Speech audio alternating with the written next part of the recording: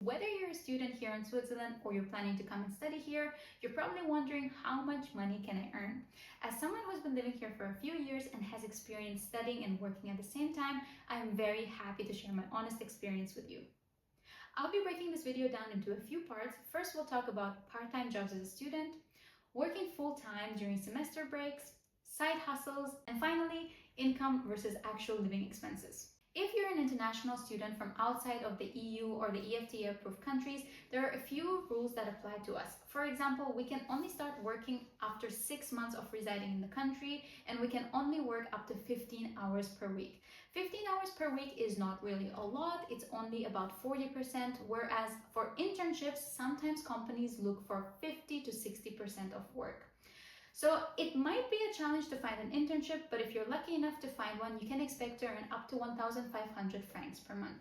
I did have an experience where a company was willing to hire me for an internship for 1,500 per month, but I had to work 100%, which means 40 hours per week. Now, 1,500 francs a month for 100% is really low in Switzerland because it barely covers your living expenses even as a student. However, that was my experience, and I could not take that job anyway because I cannot work up to 100%. Although internships can be complicated, there are still other job opportunities out there. For example, you can work in retail or at cafes or restaurants. I have great experience working at the university, so if you're looking for part-time jobs, you can always go to your university and inquire whether there are student jobs, for example, at a research facility or as a student research assistant. During your semester break, you can work up to 100%. What does semester break mean? Well, it's the date from your official last exam and up to the beginning of your next semester. So that time frame counts as your semester break, and that's when you can work 100%, meaning 40 hours per week.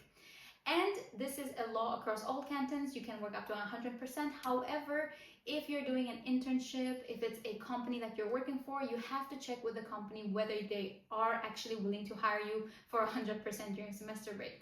Because there are instances where, yes, you've been hired as an intern, but they're not willing to extend your work hours to 100% during your break. So it really depends on your employer and how you have agreed on continuing your internship. If you are working 100%, you can expect to earn up to 4,000 Swiss francs a month, but this is before taxes. Now, taxes are not so complicated in Switzerland. They're usually deducted directly from your salary. And the tax rate largely depends on which canton you stay in. Zug is the city with one of the least tax rates. I love talking about side hustles because I know we're all just trying our best and we need to find a way to earn. So, yes, we talked about working at restaurants and cafes, but most of these places would only be willing to hire you if you speak a certain level of German. Now, if you are learning German and if you're willing to go out of your way and try to speak with people and your employer sees this, then your chances of being hired are way higher than if you're not even trying. But those who are just learning to speak German and you would like to find a job that doesn't require German, you can try other side hustles. Some of ones that I tried are babysitting, pet sitting, or tutoring.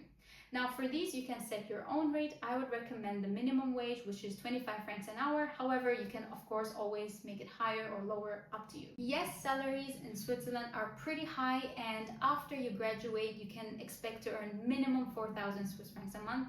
This is a minimum wage and you'll definitely earn higher, especially depending on which field you're working in. But high salaries also mean high living costs. Whenever we talk about students budgeting their living expenses in Switzerland, I always say you need minimum 1,000 francs. But this minimum keeps increasing. I feel like it increases every month, at least for me. So I would recommend you to really budget 1,000 to 1,500 francs a month. Now, because we have an internship salary, if we include rent, transportation, insurance, mobile plan, and groceries, then you'll be living paycheck to paycheck.